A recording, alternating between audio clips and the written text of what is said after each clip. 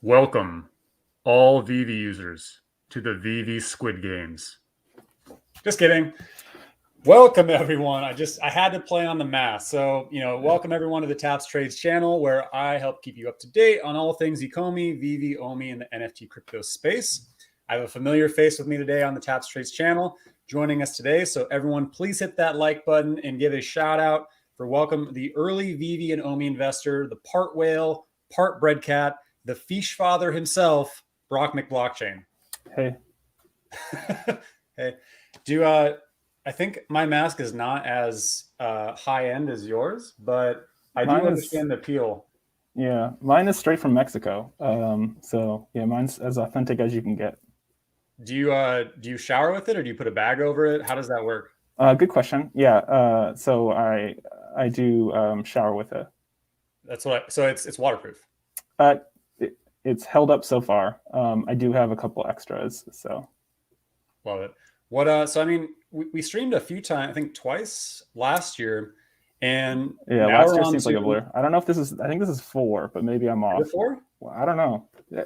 It's definitely the FA for this year, though.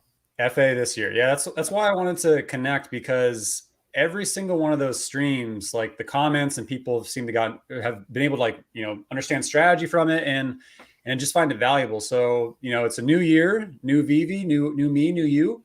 Yeah. And so wanted to kind of get into it because we're seeing a lot of things happen. But, before we do so, I'm going to do what I kind of like to do, and it's start off with some like lightning questions. But everyone in the chat, we'll be getting to some questions. Of course, the super chats take priority, but I have some initial questions myself. But I did leave less questions than normal because I do want this to kind of be a little bit more AMA-ish. And that way you can answer some questions from the folks in the crowd, because I think anytime we can get you on stream, it's usually valuable information. So before we get into it, lightning round questions. Are you ready, Brock?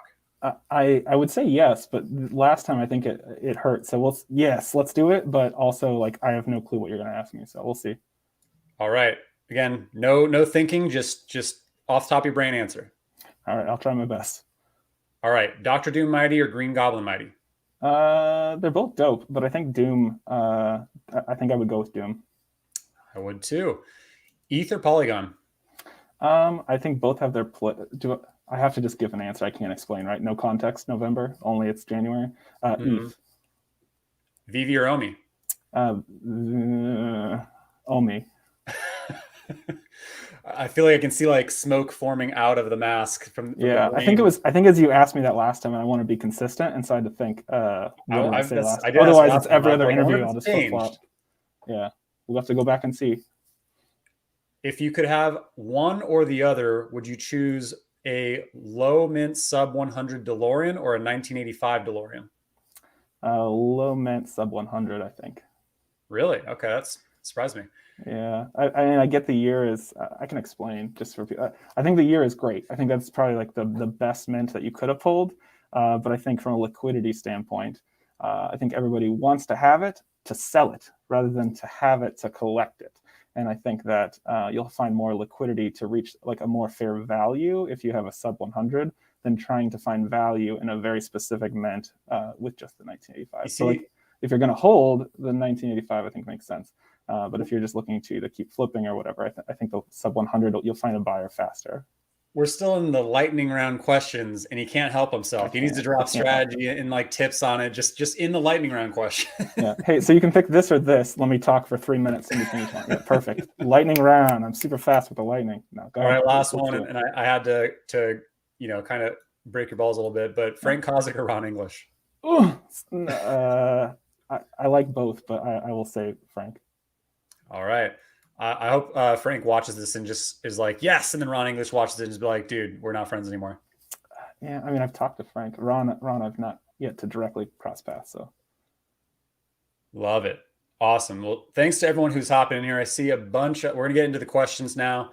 I see a bunch of familiar faces. I see a whole bunch of Fish fam. We've got all the Fish fam in here. So love to see everyone in here. I see a bunch of regulars like Smells Fun. Thanks for hopping in here. Reslone, what's going on? Appreciate you guys for all the compliments. Again, we're going to get to some of the questions. I did write down an interesting question. And some of these are going to be strategic questions. Sure. Some of these are going to be like short-term, long-term questions. We're going to talk about, Veve. We're going to talk about OMI. We're going to talk about strategy, especially for like newer users. If this is your first time getting to hear interaction with Brock, he's been around for a long time and seen Veve evolve to what it is. And he's got a nice bag or two. So I think some of the knowledge that he can drop has been helpful for many, including myself. So I think we'll get into some of those questions, and we'll also address what everyone's talking about right now. I'm curious, and we're not getting to the question yet, but we will address the question around like bots and flagged accounts, because I actually wonder if me and Brock have opposing views on this, but we'll get to that in a few questions. So what's up, Kyle Wilson, Shaq, Paint Life? I'm against bots. So you're pro bot is what you're saying? Yeah. No, this is That's what weird. I wear when You I'm heard it here bottom all first. the time. Taps is all about bot. No, I'm just kidding.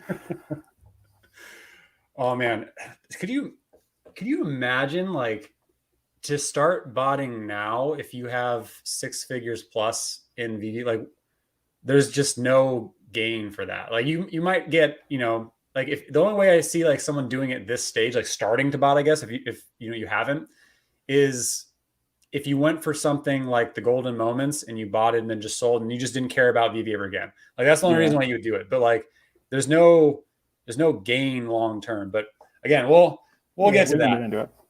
Yeah. So first question before we kind of get into it is, we're seeing tons and tons and tons of drops now and tons of new users. I guess from our last conversation, like drops have become almost, ridiculously impossible for many. So has your strategy at all changed with, hoping to nail drops? Are you doing more in the secondary now? What does that look like? Yeah, I mean, I think for a while now, I've been saying like the game is really on the secondary. I think the drops, like we talked about, like we did a drop challenge a while ago and we said like no drops. I think drops really should be something that can help springboard you into things. And like, it's great to get things retail. And I'm not going to say that those days are gone. But I think that we're about to see the next evolution of that. And we talked a little bit about this before, but like I'm super pumped for Master Collector and the OMI utility programs, because I think that will give you the chance to reward kind of big collectors and reward people that have gotten in and believed in the token, finally seeing that utility come in, where you can get things at retail. And there will be a strategy to that. And that there's a lot of people that are looking, like living to the moment, hyper focused on the right now in this moment, and they're missing the bigger game that's coming. For example, just to spitball some things here, like if you went into OMI right now with these exchange announcements looming, with the OMI utility program, like it is if you want to get ahead of the game, so you get in now before the utility program is dropped, and then everyone's like racing in to try and do it.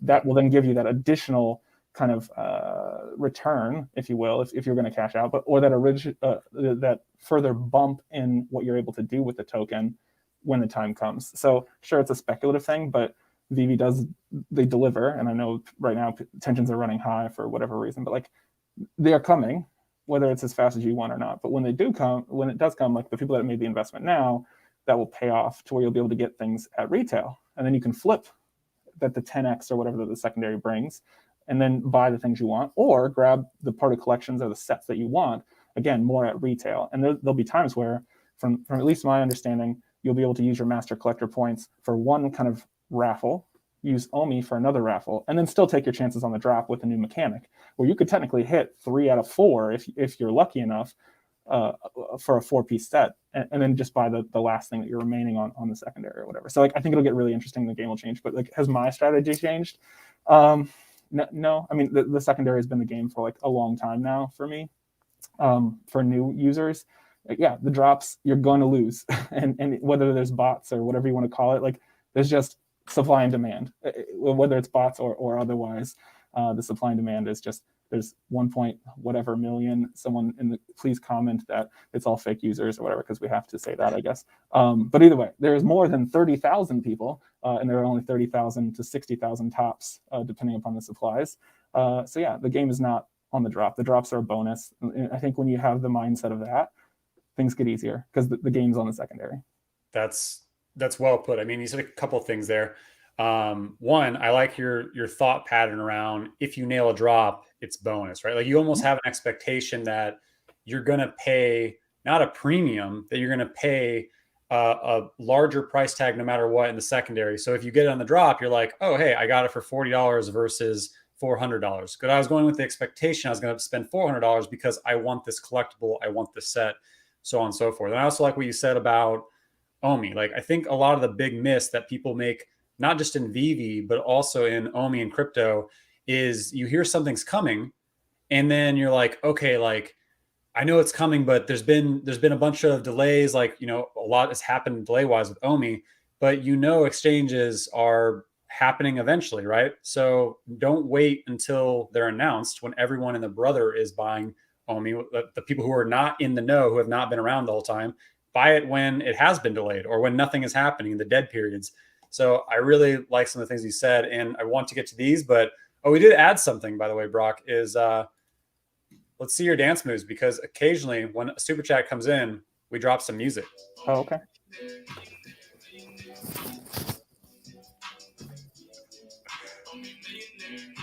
This is I believe there's an album that this comes from. Is it out yet? Non-Fungible Wonderful makes incredible music, and you know what's funny is like whenever he does drop an album, like I'm buying it. I think he makes some awesome music, and I love to see it actually like come to fruition, because all the music that he's made is great. So he puts out great YouTube content too. So go check out his channel, everyone. But thank you for the super chat, Real Randy Chavez. We love you too. Another super chat from Crypto Crayons, OMI Tribe. Legend. Wow. Let's go. We're also holders of his NFT project as well. Yeah. What was I gonna? There was something I was gonna say there. With Crypto Crayons? No, with the drops. The OMI, right? Like, so I've said this before to some like personal people that I actually know that have gotten into OMI and VV, is like they'll tell me like, holy crap, it's like 8 steps to go from, you know, to buy, to onboard to crypto, to then go and then to sell that, and then buy the thing, to then buy the thing, to get OMI. I'm like, yep. It sucks, but you're also like, if no one else is willing to do all of that, and you do, you now have it before it's easy for everybody else. Like, with the point when it gets easy, it's too late. Like, and yeah, you can always buy it. You'll always be able to buy it. But by being able to get it in now before it's super, super easy, you're getting a reward eventually when it's easy for everybody else, because you went through the early, the cumbersome times, right? So, I mean, do what you want. Not a financial advisor, but still, like, if you're going for OMI, do it while it's hard before it becomes easy, and you'll be rewarded through that. So I completely agree, and we'll get to this question. Thank you for the super chat, Ecomi Skywalker. But to that point, I said the same thing too, where like I've had calls with friends who were like, all right, I want to get to know me, and like I always let them know, like, this is what it is, and this is what you should expect, and this is what it does. And those calls, to show them how to create a bit Forex and all that, they're long calls. They're not easy conversations. They're not easy tutorials. But what's funny is I showed one of those same friends how easy it was to get a Go token on KuCoin, and it took literally maybe 5-8 minutes versus the like 40 minutes that it took to set up Bitforex and all that. So when you have an exchange that is app-based like KuCoin, Binance, Crypto.com, Coinbase, all that, it's people make a lot of purchase decisions in the moment when they get the knowledge, and then they forget about it, right? So plenty of people probably heard about OMI, but like, I don't trust Bitforex. I don't understand that. I've never used Gate.io. Oh, like, this is not available in my country, like OKX. So yeah, I completely agree with you that like, it's just not easy to get. So that's when you want to get it, right? Like that's what makes sense to me too. Yep. Question from Ecomi Skywalker. So thank you for the super chat. What do both of you guys think of $1 OMI in 2023? Possible? Yeah, I mean, so I try not to get into this. I think you pulled it out of me one time in one of these interviews of like where I thought it would go short term, and so I just think there's a lot of catalysts. I think it's just a lot of it is a matter of like when, not if, and it's going to take chewing through a lot of the supply, turning on like accessories to where that's just 100% burn from the circulating supply, turning on these wagers. VeveVerse is a big question mark of like and I don't think it's going to be just one thing, not like, hey, welcome to the VeveVerse, pay me one OMI. I think you're going to see a lot of pay to enter in certain areas within the VeveVerse. Like, so if I design a dope ass showroom or whatever the case may be, like, give me, it's 5 gems or the equivalent in OMI, where there could be a small fee in that, or there could be a small fee that gets burned when I move to interoperability or whatever. Like this whole ecosystem that's being built. We've heard rumblings, and again, I don't think it's been fully like announced, but there's like a game that's out there that could be on the horizon that they might accept OMI. So depending upon how fast we can chew this to apply, the benefit right now of having the price be lower is we can chew through it faster. The opposite though, if the price were to go up, surprise, the price is up. Like you kind of win either way. So I always hear that argument of like, but what if the price climbs? Then we don't burn as high. The price is higher, silly. Like that's what you wanted, right? So in a way, you kind of having something in the crypto space, and someone in the comments will scream about their project about this, but rarely are we seeing a token that actually is connected to a product that people want.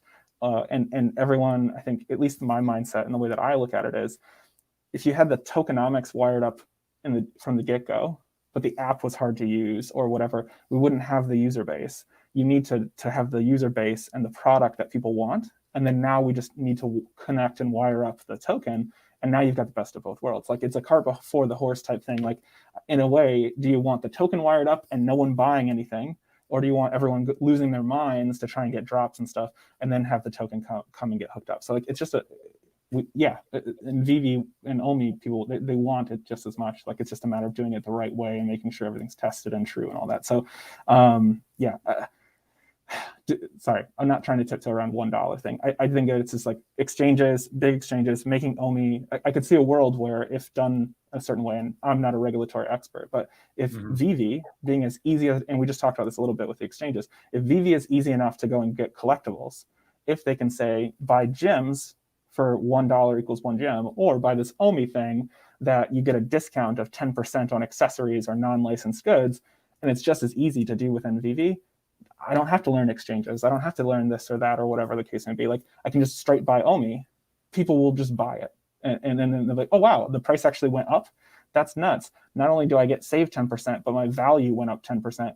Then it just becomes a no-brainer, because then you're weaponizing millions and millions of users to now become OMI holders, right? So can it reach $1 by 2023? Yeah, we just need to see, we just need everything to fall into place. Is it likely?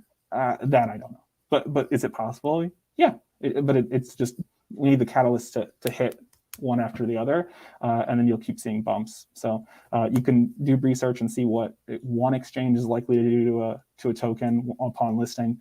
I think we've got 3 in tow, if not more, I'm sure. And then once one gets it and sees a success, other exchanges will be like, oh, gee, can we have some of that money too? It just hand over fist, right? So I think we're in for a very interesting 2022. Looking into 2023, like let's enjoy this year and this moment first. I agree. So, and he asked for, I guess, both of our opinion.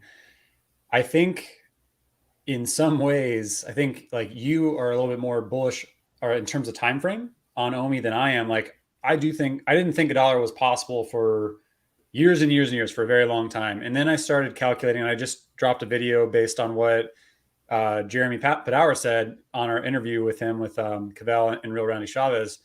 And he just off the top of his head just started dropping math. And I was trying to follow along in my head, and I was like, okay, well, I've done this kind of same math, but for him who's been around in the project this long to also be doing the same math and talk about it. And like to your point, what you said, where it's like the price is going to go up, right? So there's going to be less that's burned, but also the amount of burn mechanisms are actually going to be increasing. The amount of users are going to be increasing. Like all of that is going to almost kind of counterbalance. So it's like the price goes up, so less is burned. But now there's more factors that are going in to burn more OMI than that was originally built. Like that just goes in. And like one thing I forgot was accessories. Like we've had so many things talked about is I keep forgetting that there's other things that have been discussed that are not here yet. So indoor houseplants. And houseplants, yeah, and in ETH rocks or OMI rocks. I don't think 2023 personally is realistic, but because I think it's going to come down to there's a lot happening. There's a lot of plates in the air. I think we need to get through a lot of other things first, and we need to see really like what the first iteration of the VeveVerse is going to be this year. I think there's a lot of other things that are going to come first. And then once we're in like phase, 2, 3 of VeveVerse and all the other things are kind of ironed out and like the project, the team keeps getting bigger, things are going to start falling into place a little bit quicker. And that's when things start happening. And all of a sudden you look and you're like, half the supply's gone. What happened? Yes. And like, that's when things start happening. And then that's when more and more starts to happen. Yep. And to be clear, I'm not saying 2023 $1 confirmed. Is it possible? Yeah, because you just look at like the whole ecosystem, and like I think of all of it, the staking could be huge, especially if it's like I put in this much money. Not only do I get all the perks within Veve, but if they start to weaponize it even further by saying like if I stake for 1 year, every quarter I get some kind of rare collectible that's only allowed to have this that took part in the staking. And then people are looking for these like APYs and stuff that are like, for the most part, rug pulls in the rest of the crypto space. But here you're actually getting like a collectible that you already know will go on fire in the secondary. That's your return. And if you unstake, then maybe you don't get the whole set or whatever the case may be. But that will create these like insanely rare collectibles that could be really, really cool. And if they're non-licensed, they don't even have to, it's just like super, super rare accessories or some kind of skin for your showroom or your flooring or whatever, like, or it's just a super mad flex. You're, like you said, like, where did half the supply go? Yeah, it's all being locked up and staked, so it's not available on exchanges. So that is a restricting, yeah, it could be temporary because you can unstake at any time, but that could chew up all the supply. And then if there's, well, I don't want to unstake because I don't want to lose I'm 75% in of the way to get this set or whatever the case is. Like, there's just a lot of interesting things that could happen that I think will probably take people by surprise. If they play out how they could. It's another thing on. I mean, there's so many things ahead of us that we haven't seen. Like I've spoken about that with staking too, where it's, a lot of people actually commented on like, hey, like, should I throw like just a little bit over? Like, let's say there is a tier for 50,000 OMI, and like a lot of time I ask them like, well, if you have a lot more OMI, unless you're planning to sell it, why not just throw it all in the app? Because eventually OMI to NFT will come, and would you rather keep punting in fiat, or would you rather spend some of that OMI or not? Like, I think if you have a surplus of, 10 million plus OMI, 100 million plus OMI, some of us have more, then I think, why not spend some of that OMI on the NFTs if you think the price is going to go down eventually, and then you can buy more OMI later, right? Like there's so many new ways and strategies that are going to be coming once even that side comes, right? So there's so many things ahead of us, which thank you for the super chat, Kobe, because he's saying exactly what I'm saying. Let's go, Taps. Thanks for having Brock on. P.S. He's a fish owner. I don't care if they never, ever go up in price. I really like them for what they are. But, he said right here. So there's so many catalysts. It's honestly so hard to remember them all in one sitting. You'd be live for 30 hours just running through them all. Yeah. So like we're talking about these catalysts, and there's more and more coming. But I mean, the supply we thought was massive. I remember when I started the channel back in March, and everyone was in the comments saying, oh, you're talking about OMI, 200 and X billion? No, way too big. And like, it wasn't listed on Coin Market Cap. Everyone was like, oh, like that coin's not going anywhere. And then what happened? You got listed on Coin Market Cap. It was like sub 100 coin for a little bit. It's one of the top performing coins of 2021. I mean, it's just amazing to see now that we're burning through $1 billion a week too. So, but thank you for the super chat, Kobe. And to hear that he's a fish owner. Thanks for liking the fish. Love it. Thank you for the super chat, Real Randy Chavez as well. Weaponizing OMI will be the title of my next video. You inspired a Randy Chavez video. Congrats. Hooray. I'll watch it. Same. But yeah, I feel like I could go all day, and like strategies of like once OMI is open where I can sell something for OMI that's now 10x my OMI. So I can use the wager system, grab something retail, go and sell it for OMI at 10x or even crazier if it happens. Now I've 10x'd what I just put in. Plus, now I can use that on more weight. There's going to be this in and out and flowing, or even switching to interoperability where I can sell for ETH and then use my ETH on an exchange when OMI's in a dip. And now, like, the whole thing is going to be this very, very liquid, very, very interesting and strategic, if you know how to play it, system where then you could earn enough to stake, or even stake multiple goes at a time or whatever. Like, that'll get interesting too. Is like, what if I've got like gajillion OMIs, right? Like, I don't have a gajillion. I only know one person with a gajillion. But yeah, anyway, you could have, if I've got an account and my wife's got an account, why don't I stake on both? And like, so it's going to be really, really interesting. And just, yeah. I didn't even think about that. See, this is why we do this. This is why we do this, everyone. He's talking about like 2 different accounts.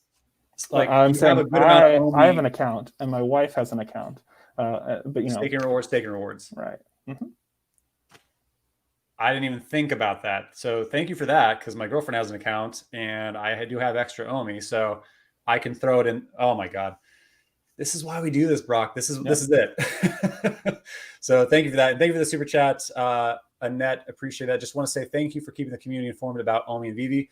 Of course, we're going to ask another OMI question, then we're going to get into some Vivi questions and just kind of broader picture stuff. Man, my mind is already spinning. Like even what you just said about how you can kind of like go into ETH on this side and then rebuy into this side. Like what other crypto NFT project has so many different factors? Like that's why I always say, like, you know, there's a bunch of content creators, but we honestly don't have enough to cover all the different sides, because there's so many things that you can do. There's so much strategy. There's so many ways to interpret Veve, Ecomi, now Immutable X, with now ETH based and other marketplaces, which is going to happen, and it's just going to keep expanding. So it's really exciting to see. But I did have a question on the OMI side. So we haven't really seen any catalysts for OMI in pretty much 8 months, which is why, in my mind, why the price has not really broken all-time high in, you know, since March or April. What do you think is going to happen with OMI? Not that we're just now on Immutable X, but I guess with the catalysts, you know, with exchanges and other things happening, I guess over the next month or two, right? Because to me, it feels like it's almost like a rock being pulled back in a slingshot, and it's pulled back to here now. Mm-hmm. But you know, you've been around much longer than I have, most than anyone else here. So I guess you've seen what's happened from below 0.000 and now where we are today. So what do you think is going to happen now that we are almost done with Immutable X? I think the biggest difference, and you say it's like a rock in a slingshot. I think it's probably like an SUV in a slingshot, because we've got a bunch more people in, and I think that more people are joining Veve and kind of hearing just the trickling of this like OMI token, and that's if they're only like they're in it, right? Like there's people that are just in the app and they don't even know that there's that there's blockchain underneath or whatever. So I think that in itself is going to get interesting. I think the biggest thing is going to be these exchanges that seem like they're like imminent. Like I was a little shocked looking at like the market. I rarely look at the market, but like I saw the run up and everyone was screaming at me, and seeing it going up to like, again, from like the 0.5 to the 0.07 or 007, just seeing that, I'm like, oh yeah, migration, like it's happening. Like I think now we're in this weird phase where it's like disbelief, where it's like, we're on Ethereum. Like that's the biggest chain. Yeah, there's some downsides. I see some people getting hit with like the first time dealing with gas and stuff like that. And yeah, so there are like right now it's expensive to move things around because it's a bigger network with like real traffic, in which we haven't been dealing with. But the other side is also the Immutable X side. So I think there's two catalysts. One, I think the exchanges making it more accessible to people that do want to get in is going to give us some interesting results. The other side, though, is looking at Immutable X's marketplace. You can buy stuff with OMI that's not on Veve, right? Like, so that is huge. And I think people are kind of like in, again, this weird disbelief where everyone's waiting for this, like, when are the fireworks? And I think it's just going to creep up when, like, it just all starts going off at once. So you're going to see these exchanges.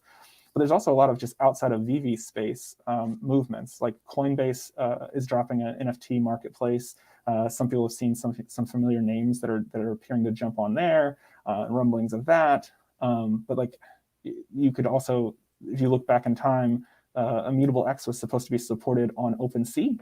And so if suddenly Immutable X, their market serves OMI, and then OpenSea now supports Immutable X, when they supported Polygon, Matic, their token was now used. Mm-hmm. It would be interesting if somehow they also opened it up to OMI, and they're a business backed by funds. So it could be that not only is OMI used in Veve with all these tokenomics and utilities, but now we're seeing the ability to, I could go and sell my Superman on OpenSea and actually get OMI for it, or get Ethereum and then go and buy something on another exchange and flip that and ride that. So it's even, the utility can go beyond even what you can do within the Veve ecosystem, instead looking at the bigger OMI ecosystem. And you could look into who Immutable X is kind of backed by, and there's some interesting things that could happen as catalysts as well. So yeah, just we'll have to see, but I do think that the team has been doing a lot on the licensing side from what we've seen. They're getting the MTL stuff in place. I know some people are like, it's supposed to happen back in March. We're coming up on like a year, but like it's regulatory stuff that technically takes ages, and they're still doing it within it may not feel like it today, but for how fast regulations and the changing landscape of cryptocurrency regulations, they're still moving around relatively quickly, and I think some people are in testing for that, so you could see the results of that kind of being able to snowball more and more users in that, and yeah, so I think it'll be interesting to see. Yeah, I mean, that makes sense to me, right? Like, I'm happy you speak about that, because I think it still hasn't resonated with most of the community yet, because most of the community, like, by far, I think we have more Veve users than broader NFT collectors and investors, right? Mm-hmm. So I think a lot haven't really actually taken the time to hop into Immutable X marketplace and see that you can buy and sell things in there for OMI. You can use, like, what's unique about Immutable X marketplace is it's very new. It's very early. There's still a lot of bugs that's being worked out, but that's how Solana's marketplace was. And then Solana NFTs took off. And that's how Cardano's still kind of is. But some of those have been taken off. And OpenSea, you can use ETH and Matic, right? With for now, yeah. For now, yeah. But you can use Gods Unchained, you can use OMI, you can use ETH, you can use, I think, 2 or 3 others, and it's going to keep broadening out. Like, they're building their own space in the marketplace, and they've announced their integration with OpenSea back in March of last year. So the fact that they announced that integration back then and it's still not here today makes me constantly think, like, that's probably why there was such a strong delay with Veve and Ecomi, but they're not going to say that, it's our partner who's having all these things that needs to take time to get. What's strategic planning? I don't know. Yeah. So I think, to that point, like, a lot can happen. And I for one, I hate having to load tons and tons of gems, because you can only buy so much at a time, but I can drop a couple thousand ETH on something I really want. And doing that with Veve is cake. Right. So not a couple thousand ETH. I mean, a couple $1,000s in ETH. I don't have a couple thousand ETH. You're sitting on 17 apes, he said.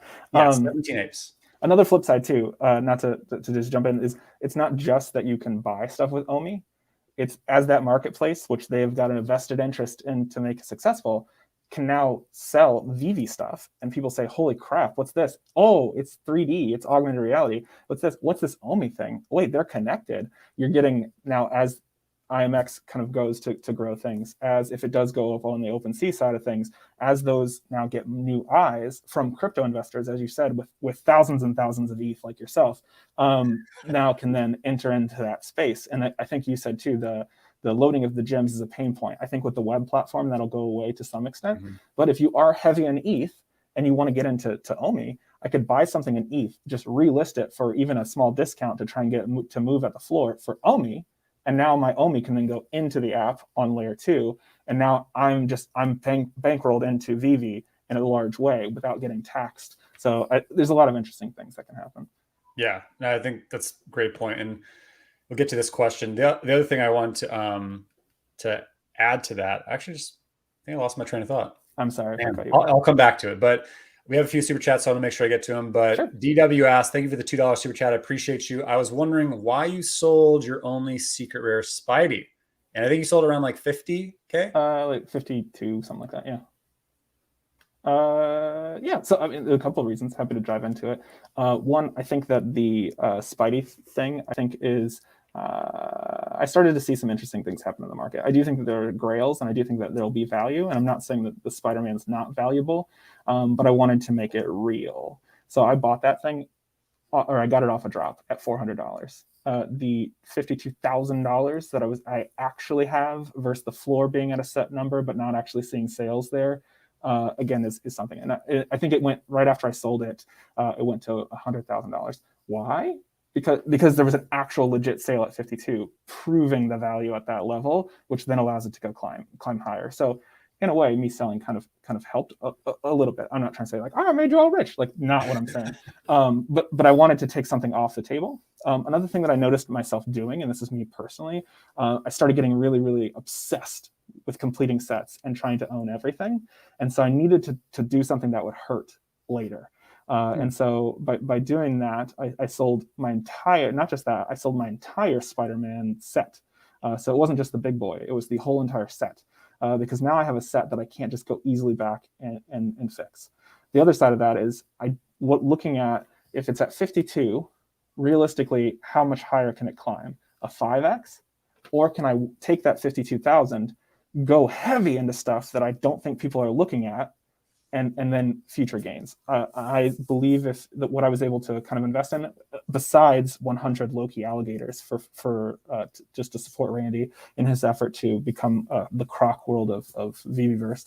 But for my actual serious things, I think if they go even back to where the floor was or double or triple, I'll turn that into $250,000 in gems. And then I can circle back and buy an $80,000 Spider-Man or whatever if I even want to, and then go. I'm very, very against starting saying this is a secret club that there's only 1,000 of them and we're in an elite club and that you have to have one. And if you sell, then you're a terrible person. Like, I think the value should speak for itself. And if you're feeling pressured because you're considering selling or you're feeling pressured to buy, I think that's what is the real value then? Is the value in the camaraderie in this community? Like, are they providing value beyond that, or is it just this trust exercise of everyone hold until it's this extreme high, and then we'll race to sell out, or whatever the case may be? Like, I've seen enough rug pulls and stuff like that, and so I'm again not bashing anybody. I'm not down with that, and so that's not how I choose to play. So by me getting again $52,000 in gems, and taking that off the table, and then strategically knowing I can multiply that in a lot more liquid ways than holding onto the Spider-Man just because, I can always circle back. And I think that's a lesson that everyone can take from, hopefully. But also I needed to make sure that I could break my this feeling where I wasn't buying things because I wanted to enjoy them anymore. I was just buying them to have everything, and so I needed to do that. So there was a lot of reasons. I like that you consciously made that like mental separation, right? That you needed to break that. You needed to, and there's a lot of strength and liquidity. And that took me, I was the same way. I wanted to, complete as many sets as possible. I was hodling everything. And then I realized at some point, I was like, I just keep pumping more cash in unless I sell dupes and all that.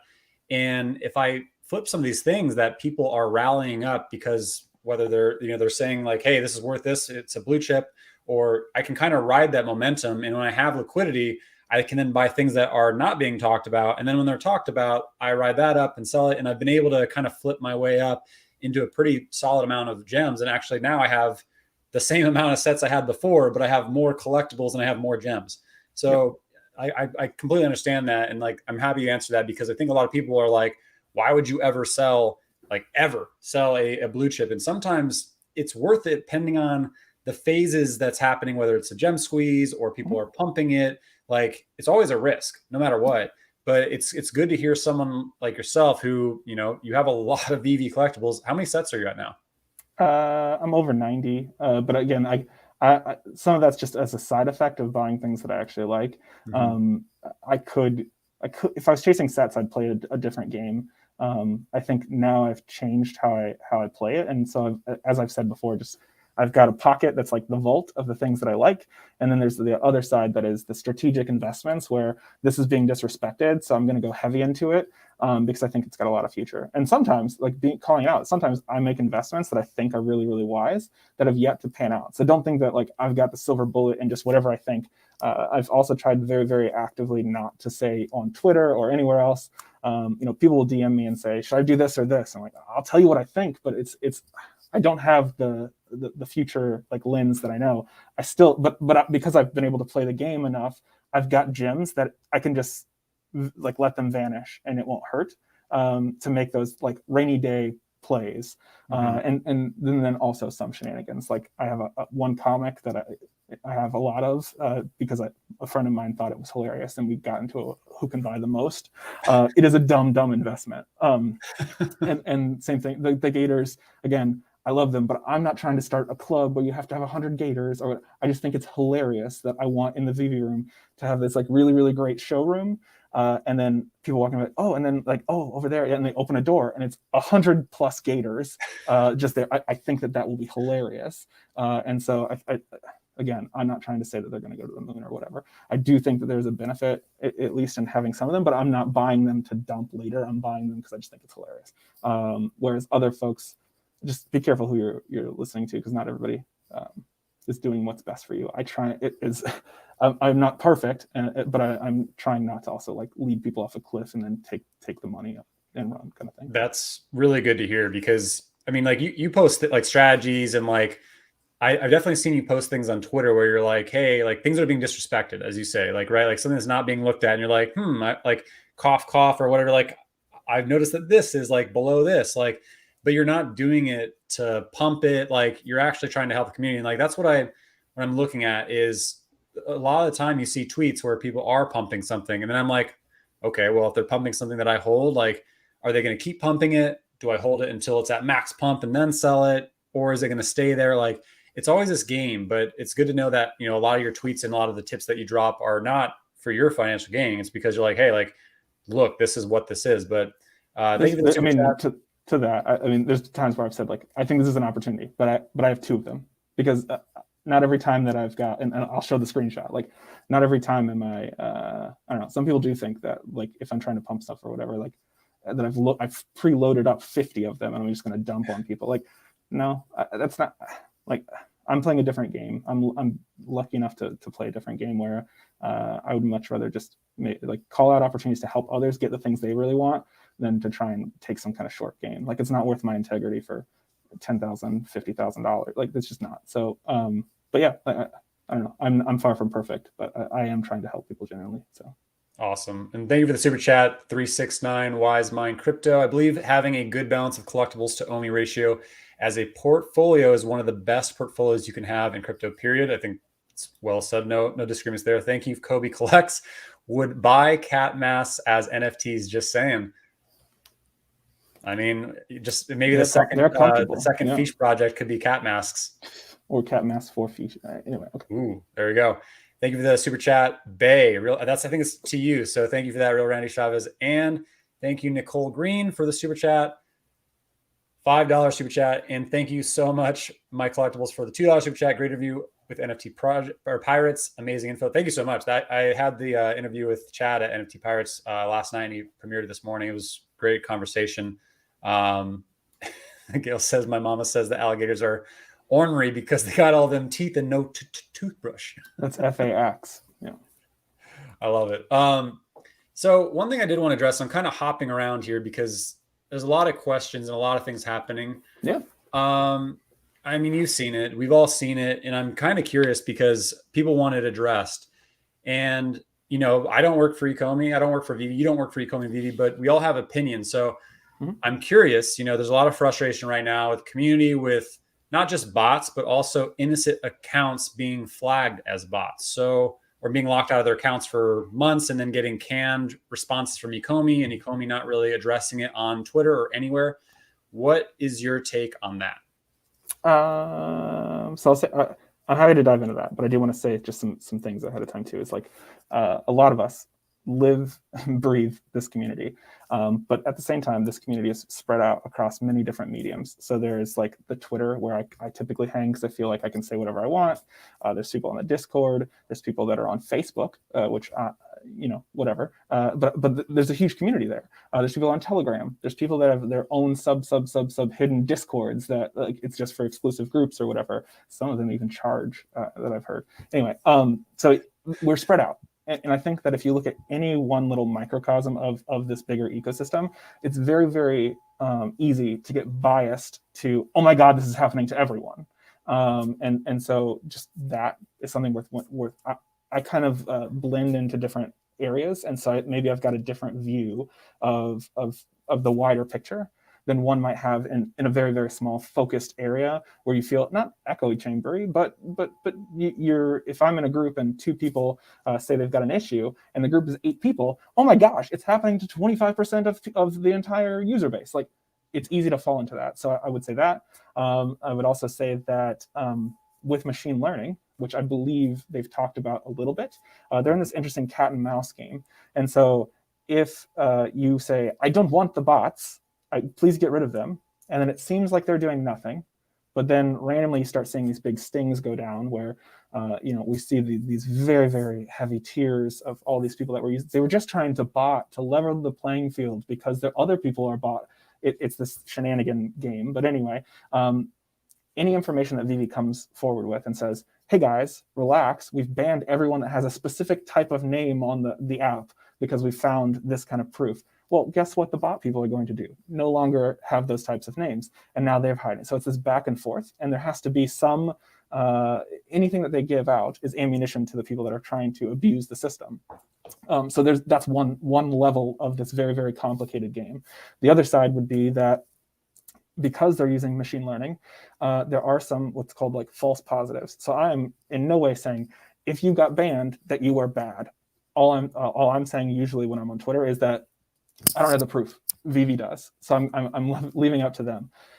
But if the proof, and again, I'll just say that we've seen some screenshots. Somehow we came across them. I don't know how, of them saying I got banned. I'm going to put in a support ticket, even though they clearly are on a bot Discord. So you've got waves and waves and waves of people actually are bad actors screaming from the heavens that they did nothing wrong and that it was their son and not them. Like almost like how when someone turns their computer in because there's malware on it, like my son must have gotten into some of those bad websites. Like bullshit. You know what I mean? Like there's those situations too. But then there's the real people that I think that probably didn't do anything. Where with machine learning they got hit with a false positive for whatever reason. That is part of the game, unfortunately. And I think Veve now has this just huge, massive amount of tickets that they've got to go through, and you want them to be manually reviewed. If they are not manually reviewed, then you could open the floodgates to where we're just letting the bots back in and they're running the game again.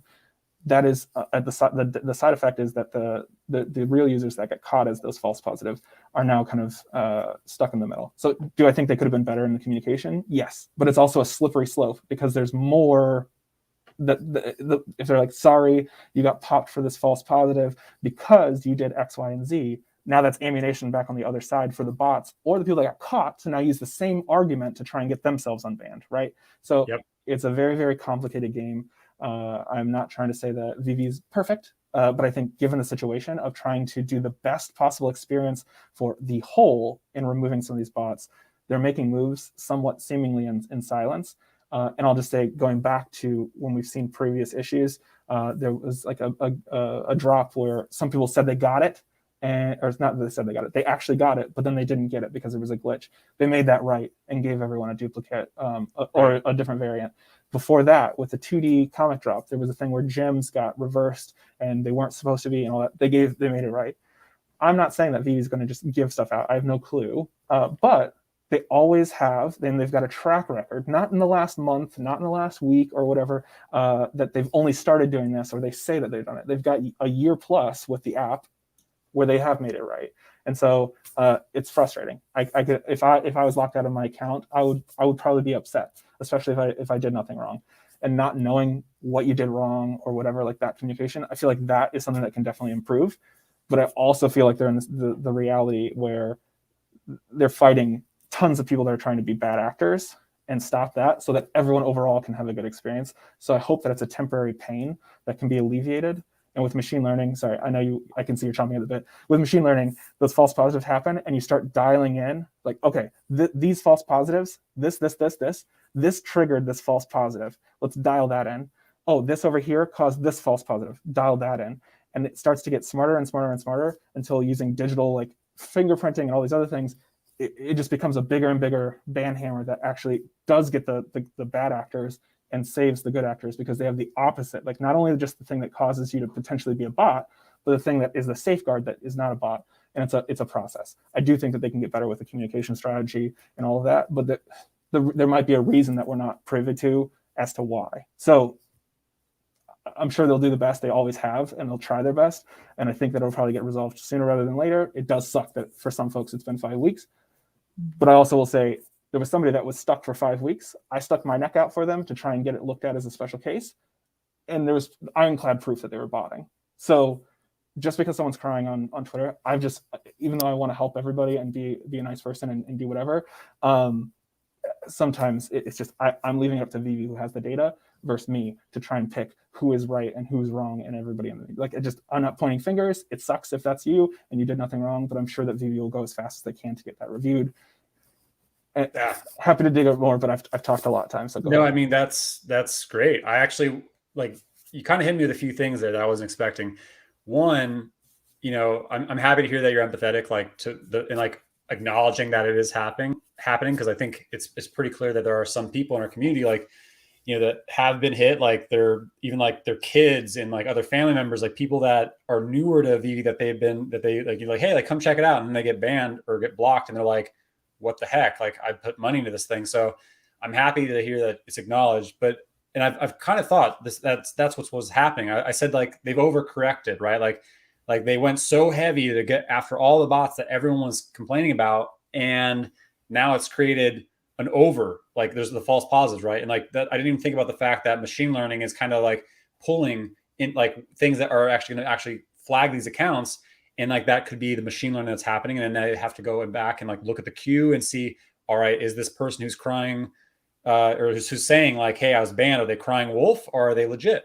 And you have to look at what, like, they're tapped and like see, was it inhuman? Was it human? And so there's so many different things. And I didn't even think about the fact that they have had a war on bots for months and months now. So if they come out with a Medium article that says, don't do this, or your account can be possibly flagged, because then that goes back to those who are still getting away with bots, and they go, okay, this is how we get over this. This is how we get over this. This is how we get over this. And then you have more bots coming in. So it is definitely a tough thing to figure out, right? And like, they're only going to get bigger. But to that end, the question that I have is, it isn't too expensive. I've done the research. I haven't done a video on it yet, but I'm not sure if I will. But it is not very expensive to hire a outsourced help desk or like someone who's part-time customer service, just to actually create something that is a personalized touch back within a month back to these users who have been banned, and let them know, like, hey, like, here's your queue number. Here's when we can ETA get listed to it. Like, what is your case? Like, what were you, or like, did you do any of these things? Like something like that. That's the piece where I think, you know, at this stage, customer service for these massive companies, like, all companies always want is a better user experience, and they want high CSAT, right? Customer satisfaction. Mm-hmm. And so you'd think at this stage, I understand they don't want to say anything to give more power to bots because they're trying to kill them all as fast as possible, or as many as they can. But I think with this kind of outcry, doesn't it make sense to hire someone or create a help desk, or to at least address something that can kind of help with this? Yeah, I think that is definitely an option. But just playing devil's advocate, we also don't know that they haven't made those hires. Not everyone can just like hit the ground running, especially if a customer service person is coming from not a crypto space, not a collectible space, not like, they could be a customer service agent that is, and then still need to go to be onboarded. Or we don't know if some of these licensors that they're working with, because the brands and the IP are so huge, that there's not some kind of training or some kind of certification, or we just don't know. So again, I'm not trying to make excuses or anything like that. Like, I do think that I would prefer more communication, at least in a way of, hey, your case has gone on more than 2 weeks.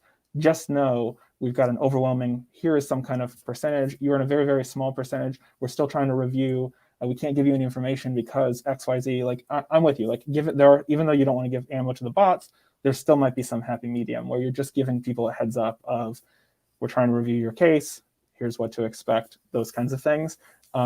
So I do think that as just a company or person, you can always try and do better. And this is something that they might already be in the process of leveling up. So we'll just have to wait and see. I think it'll be interesting if we can get an AMA soon enough to have someone weigh in on it. Because right now, you and I are just speculating and we don't know. I do just think that there's probably a reason for it, at least from what we've seen in the last year plus that the app's been open. And I've seen even beyond that, of where they are trying to give the best possible experience. Obviously, getting your account banned for no reason is not the best possible experience, but there might be good reason of, we found 1,000 bots that were all doing exactly what you were doing. Very, very strange. Like, so we'll just have to wait and see, I guess. No, I think that's the right way of looking at it. And like I want to address it just because it is an issue, right? So Yeah, like everyone, constantly is like, hey, you guys are always so bullish. And like there's a lot to be bullish on, but there is. there are struggles. There's always growing pains with any business. And like it is good to address, especially when it's affecting like the actual users, the community, the people that we interact with every day. So thank Yep. you for kind of like giving your opinion on it and Sure. kind of hearing out my thoughts as well. But thank you for the super chat, VV Las Vegas, $1.49. Thank you so much. And we have one from Mr. K, Software Engineer K. Thank you for that $2 super chat. OMI token on other platforms. Thoughts? I mean, we've already seen it on IMX, so I think there's a 100% chance that it'll happen. I think that it will likely continue to grow. Not that I'm trying to shill my project, but I am looking at building a game where I'm looking into like the layer 2 implementation, so we can see what that might look like. So yeah, hopefully that'll continue to grow, but not just me. Like other people will be empowered to do things too. I think someone I saw a comment on somebody's video, and I know this is very vague. I honestly forget whose video it was, but someone's like, "I wish I could sell my art for OMI," and the person replied, "What's stopping you? Like Yeah. you could take it right now. Like you can just say, here's how much OMI I would like in exchange," and the person can say yes or no. Like there's no stopping you. Take OMI if that's what you want to do. So yeah, I think that it's inevitable, and we'll see continued more and more, both within the ecosystem, but then spiraling other ecosystems as well. Yeah, I mean, we've already seen plenty of people like with like merch shops and things like that where you can send them OMI or gems that like for their merch. Like I think that's amazing. So if you have a business, you can kind of create your own payment plan where you have OMI accepted. Like it's not no one's stopping you, but yeah, we could see more with other projects, other NFT creators. But I think that's a good question. I think it's inevitable, right? Like we already heard Vivi talk about how like kind of alluding to the fact that OMI could be almost like a main token for NFTs or broader marketplace interaction. So I think it's still extremely early. Yeah, I was in a spaces where I started speculating a little bit, probably more than I should have. But some real interesting things could happen if you just connect a couple dots. So we'll see. It's probably too speculative for this, but yeah. I'm gonna write that down as a takeaway because I like to connect dots. Yeah, that's another interest. I'll just shout out to the people that are in spaces. They let me jump in a couple of times when I've got time. That's an interesting group, and I think they keep it really, really real. So I appreciate the spaces. So like there's the Twitter of the screaming at clouds folks, even like myself, and then there's the spaces where they actually like talk through things, and somebody sometimes will come with like a very, very tinfoily hat salute, like, what if Vivi's trying to steal everyone's collectible? Like, what? Why would they do? Like, yeah, they're going to steal your one collectible that's a grail when they could continue to build this, like these kinds of things, and they get checked really fast by kind of like a bunch of people. So it's interesting. I really am almost excited to see everyone kind of find their own little tribe as this thing continues to grow, because each one brings a different perspective and outlook, and I think getting a good healthy mix of them. Like I would just recommend if you mostly are on Twitter, go spend time in Discord or Telegram. Be careful on Telegram. And then if you're feeling like the Facebook groups aren't for you, go jump into Twitter Spaces. Like it's free, and listen to some other things. There's a lot of good insight, especially around comics and stamps and all these things that are kind of newer for some folks. There's just a ton of knowledge share. And if you think a lot of people say that they appreciate the information I give. These are just ideas and thoughts that I've got. Like you can get that times 100 in one of these spaces. So it's worth checking out.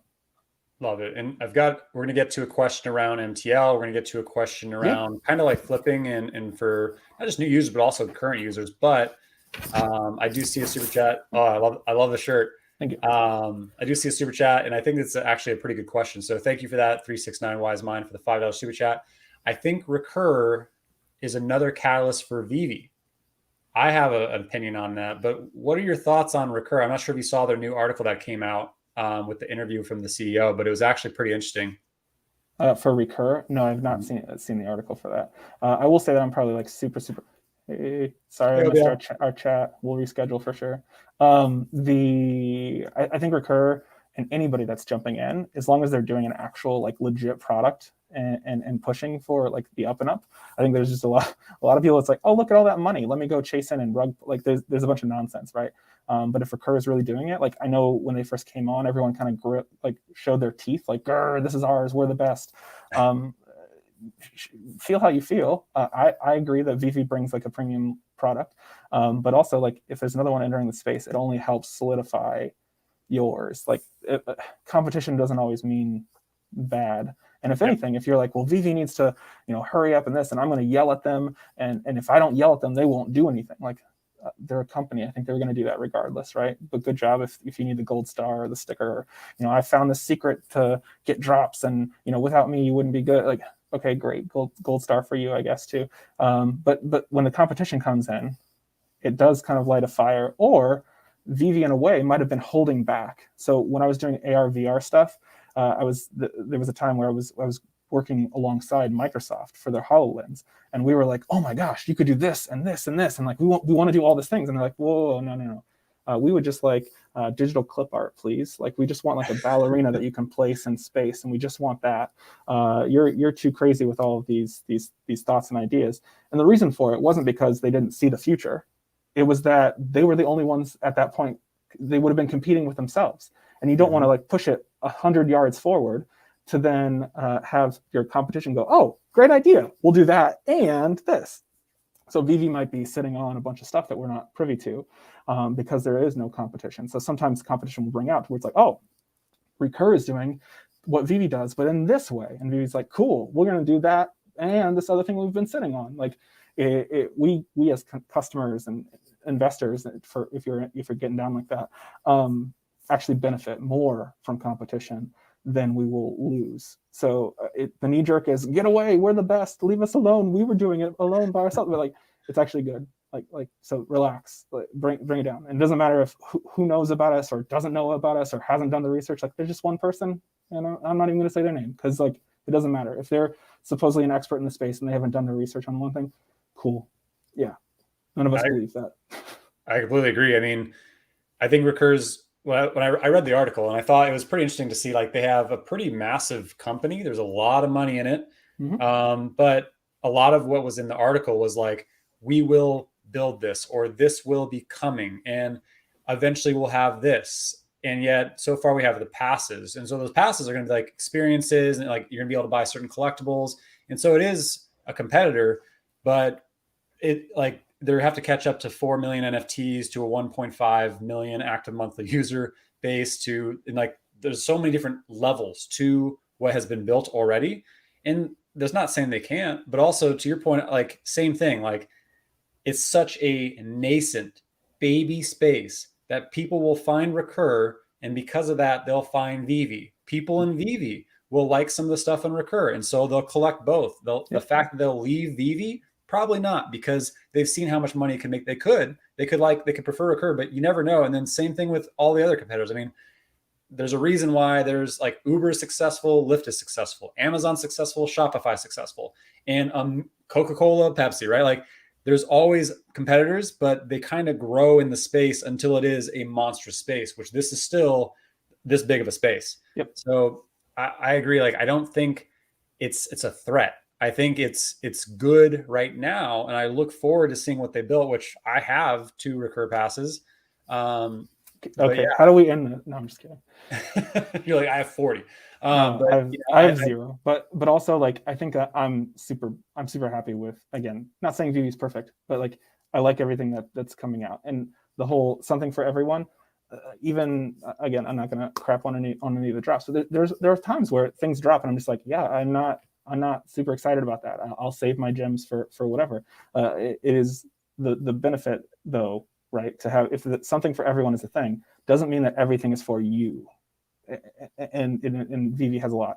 But if Recur has different things, then great, go there. Like I think the mentality of there can only be Veve, and if you ever do anything else outside other than Veve, you're terrible, is a little bit silly. Like, let people buy and do whatever they want to do. That's like saying, like, I really like chicken, and someone's like, have you tried fish? And you're like, get out of here, we're not in this household. Like, chill out. Like, let people collect the things that they want to collect. because who knows? They might go and find something about Recur and say, you know what? I like Veve better, but Recur did this thing that's interesting. Mm-hmm. And then we bring it up to Veve, and now Veve's like, oh, we actually have this, but we've got it this way. And again, like it works. It'll be a two-way street. I promise you.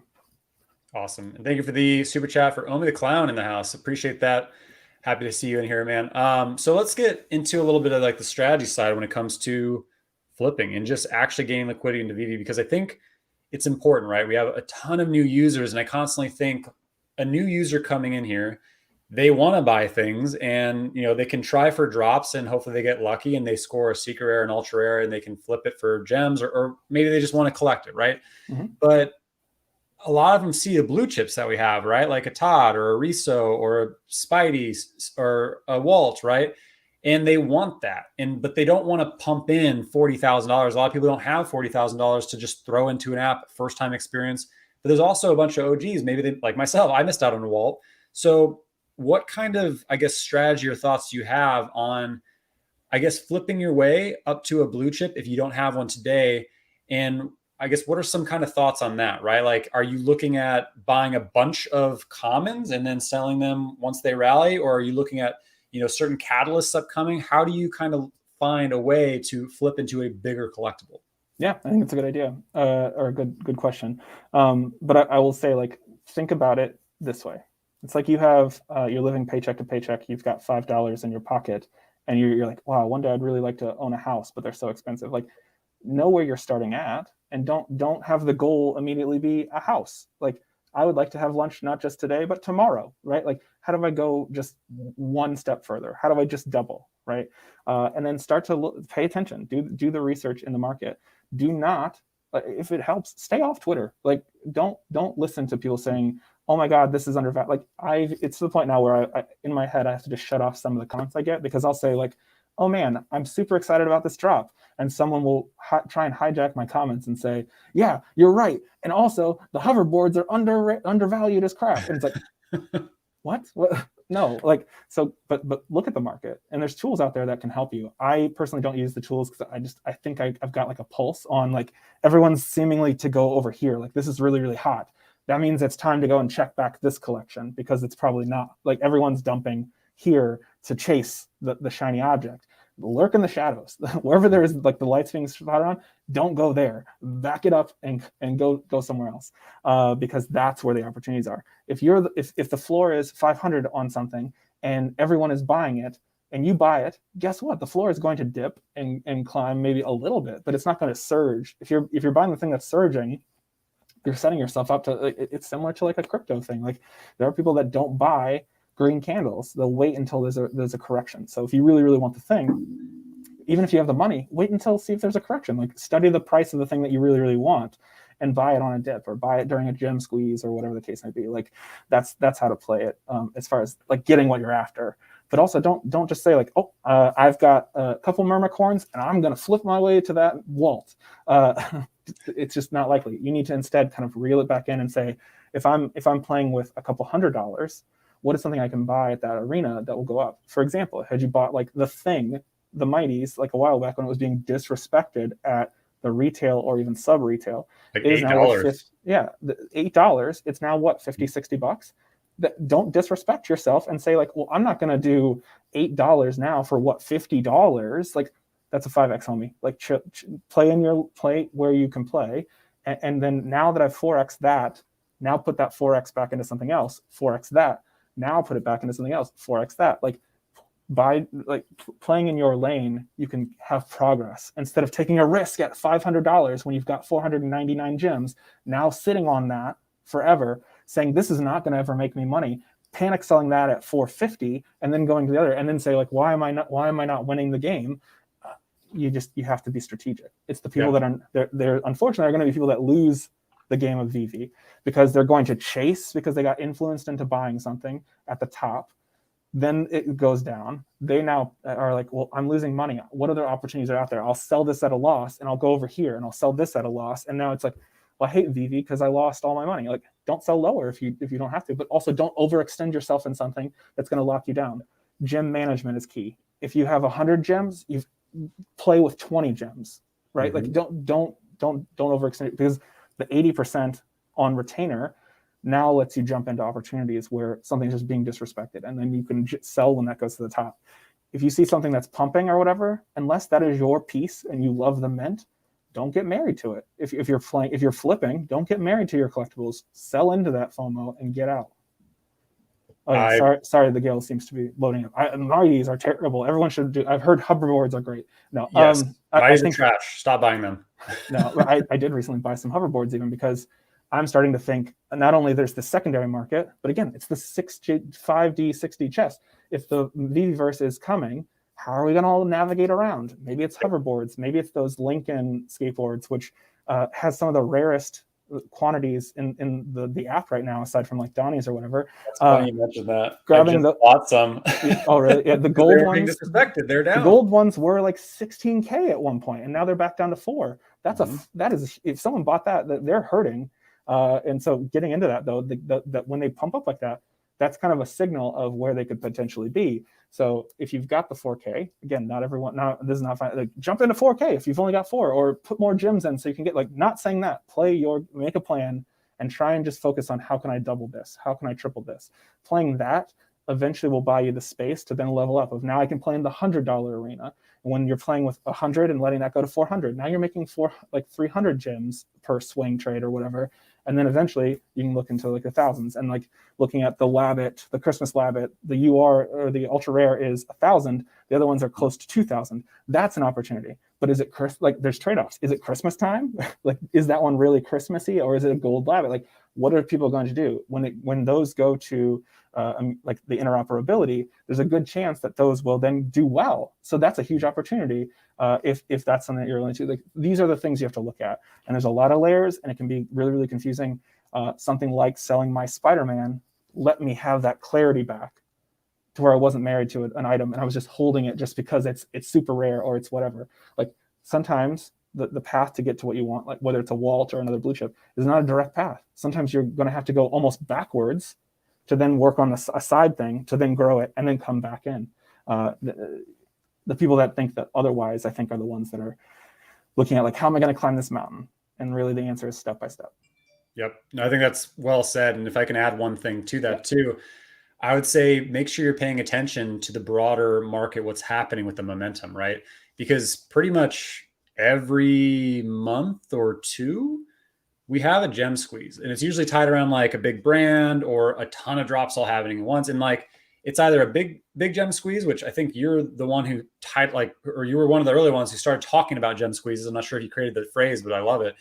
Or we have some small ones, right? So, if there's a gem squeeze because everyone's saving up for something that is big, that's when you can strike on some of the things that you've been eyeing. But you want to pay attention to what's really down. And then I think having the foresight to actually know this is going to go up eventually, right? Like whether it was a DeLorean, like now they're way up, but they were way disrespected for a long time because there were so many of them. And then people started talking about VeveVerse and like the fact that they'll be interactive eventually. And then they shot up and they never looked back. And so I think, a lot of the time, if you buy something, don't sell it right away, even if you bought it at a high, because most likely in 3 months, there's going to be, another bull run or bull phase or whatever it's called in VV, or it's just going to be higher in value, right? So you want to time your sells to where everything's like peak euphoria, which we just had last month, or you want to time so that way you're buying things when they're a red candle, right? When everything's in a dip. So yeah, to everything you said is like kind of like chip by chip or step by step up that mountain to get to some of these bigger plays, and having enough kind of foresight to know, okay, like I don't need to be able to buy a Todd tomorrow, but I can do these moves in shorter bursts to eventually be able to buy a Todd in a month, 2 months, 3 months, however long. Yeah. And I think it's easy to look at someone that's like saying like, look what I just did, this crazy deal. In hindsight, it's always going to look like it was a mastermind deal, but they took a huge risk. And for everybody that I don't know if you're familiar with a gentleman named Darren Brown. He's a mentalist, but he has this show. You can watch it for free on YouTube called The Heist. And it's, not The Heist, The System. And the whole thing is like watching these people like bet on horse races. And he calls them up and it's like, I've got a secret system and I'm going to tell you. Come to find out, he's just talked to a huge amount of people. And so just one person is going to have gotten it right 100% of the way. and everybody else is the losers. You don't see that people do hit. And he just called and said a random horse to each person, but there were so many people that to one person it felt like they could never lose. So just check your perspective, because not everybody wins every single time. But I think, as you said, like, I'll share one of my stories. Like, my biggest fuck up was the DeLoreans. I was like, oh yeah, these DeLoreans are going to be the hottest thing ever. And like, don't get me wrong, it's a badass piece. But I spent $1,000 per ultra rare, and they went down to like 200 at one point. So like, took a huge, like, that sucked, because it almost wiped me out, because I had taken almost all of my profits. Big bet, they're gonna go for 1,000. I bet you these things go for 2,000 or 3,000, and nope, they went down the opposite way. So like, everyone takes L's. I think, had I held all of them all the way through, I think I'm pretty close to being in profit, or at least breaking even. But I did sell when it was like, it had bumped up enough, because then I could go and use it to get other things. So like, sometimes take the L and just ride it out, or other times, just take the lick and keep it moving. But yeah, no one's going to hit 100 times. It's easy to look at people just screaming about their successes, and it's not always the case. So, again, I strongly recommend, have a goal, make a plan, and work that plan until it works, and then make your next plan and go from there. So I think that's, I took an L on the ghost traps. I bought a few of them, and those came back. They Those kept came back going a down. little bit, but yeah. And I took the L. I sold I think 2 of them, and then I used that profit for other moves that ended up going up, right? So like, as long as you're learning from those experiences, I think that's how you kind of win in the long run. But I wanted to address there's a lot of things happening, right? There's a lot of frustration right now, but one of the constants is, okay, yay, we're on Immutable X, yay, we did it, but we still can't cash out, right? So like, that is the longest running thing where we're like, I can't believe that it's been this long and we can't cash out. Like, people have put a lot of money in the app with the expectation that eventually they would be able to cash out. So what are your thoughts on, I guess, why it's been so long? And do you think that the euphoric prices that we've seen on some of these blue chips, some of these grails, have been caused because of MTL? And do you think that once MTL does come, that we'll see some strong dips, not just on the grails, but across the market as a whole? And will it stay down? Like, 4 questions in one. Yeah, no problem. I do think that, like, we're probably, this sounds again like a cop out, but I think we're probably closer. Something tells me that we're closer than we ever have been to having MTL hit. So that, just sit tight. It's a matter of time, not if. The flip side, I think, is that the rollout plan will be for those with lots of gems to start first. And so I think a lot of those folks that are playing at like the upper levels, if you will, very, very, very much have strong gem management. And so they're sitting in gems already. So they would take a slice or whatever. I do think there's going to be like a fake out. I think if anything, the dip will be compounded by people expecting the dip. So they'll sell. So it's almost like the self-fulfilling prophecy thing that's going to happen. Like, so like, let's say I get MTL tomorrow, right?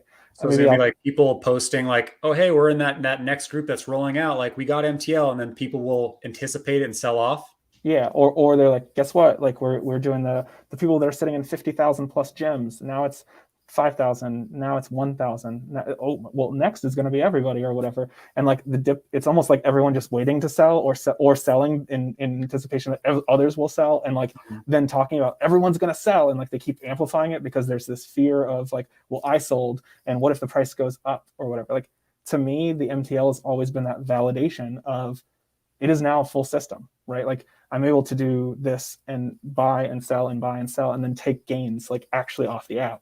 That makes it real. So like, I'm not going to cash everything out because I still want to play the game of flipping and doing it. It's in a way, it's a fun it's a fun side hustle. And so I'm sure there will be some, but I almost think that it's going to be caused by the people anticipating and then hyping a dip rather than actually like the dip had we just been like, oh yeah, MTL.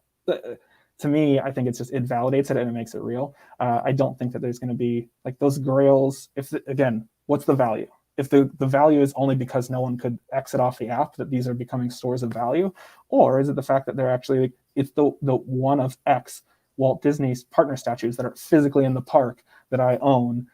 Is it the R2D2, the first ever like Star Wars thing or whatever? Maybe it's C3PO, I don't know. But yeah, like are they worth money or are they not? And if someone's trying to say like, well, the only reason why things are worth money is because there's no way to cash out, then explain why people are putting $5 million into gyms a day. Why are people putting $3 million worth of gyms a day into the app if these things are not worth value? So are they worth value or are they not? I just think that we need to get our story straight. And to me, I think the fact that they are scarce, a lot of times world premier digital collectible assets, there are value in those things.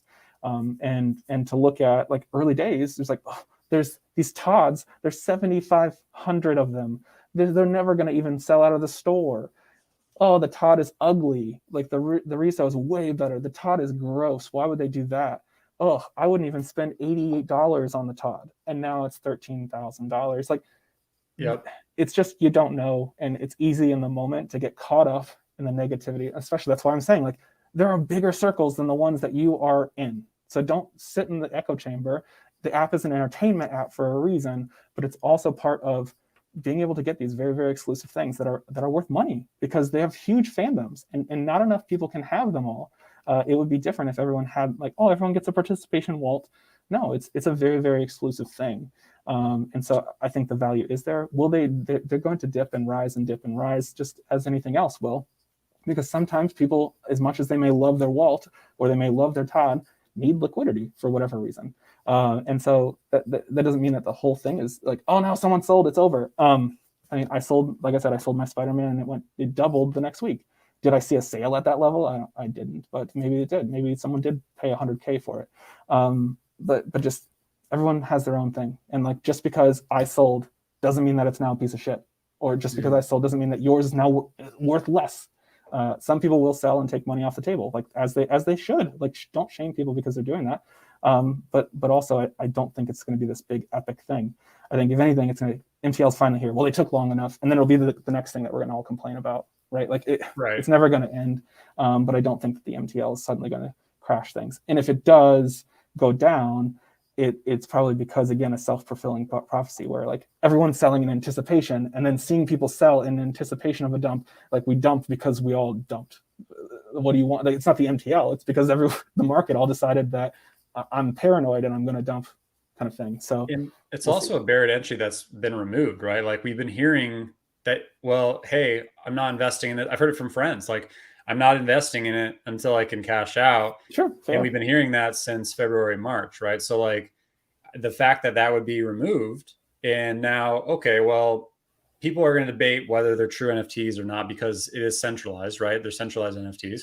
And so some people will just never hop in from the wider, Ethereum NFT space. They're just like, nope, not my keys, not doing it. But the people who have been waiting on the sidelines, like, okay, like, I can cash out, I can turn this into fiat. Cool. Like now I'm in and I'll buy the 8K Todd, right? Because I'm getting a discount and it just rebounds to back where it was. But now some people are like, well, crap, I guess I let fear get me the best of me. Or I guess I finally recognized my gains, sold my Todd, and I actually have cash. And now I've basically turned, my original goal was to turn VV stuff for fun from a collectibles into a physical house. And I did it in a year.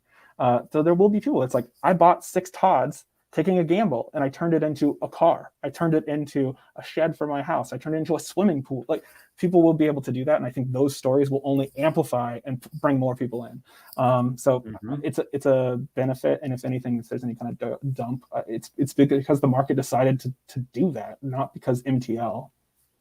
Yeah, I completely agree. So, I mean, I've got like 2 more questions. Sure. I know we're running close on time, but I guess, what are you most excited for this year, right? Like, we've seen a lot happen with Vivi and not so much with OMI, but on the docket, I guess, just like a reminder of things to come. You probably know them off the top of your head better than I do, but we have VeveVerse, we have exchanges with OMI, we have more brands and licensors coming, we have MTL, we have OUP staking. There's more verticals coming. I guess, what are you most excited, localization, what are you most excited for in the big picture of Vivi as a user, as an investor? What are your thoughts? I think honestly, if I was going to pick one thing, it would probably be having the token connected to Vivi, right? Like, I think that's been a long time coming.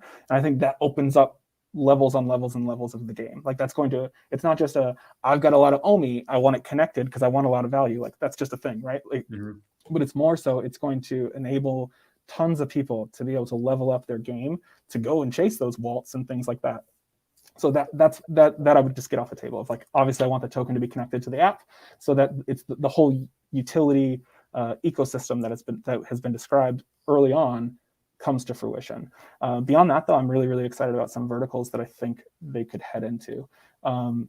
Again, connecting dots. I think someone showed me a screenshot from the Discord where they talked about like board games as like a channel that opened up. I don't know if that's still a thing, but it would be really, really cool, especially when people are like, I don't understand renting.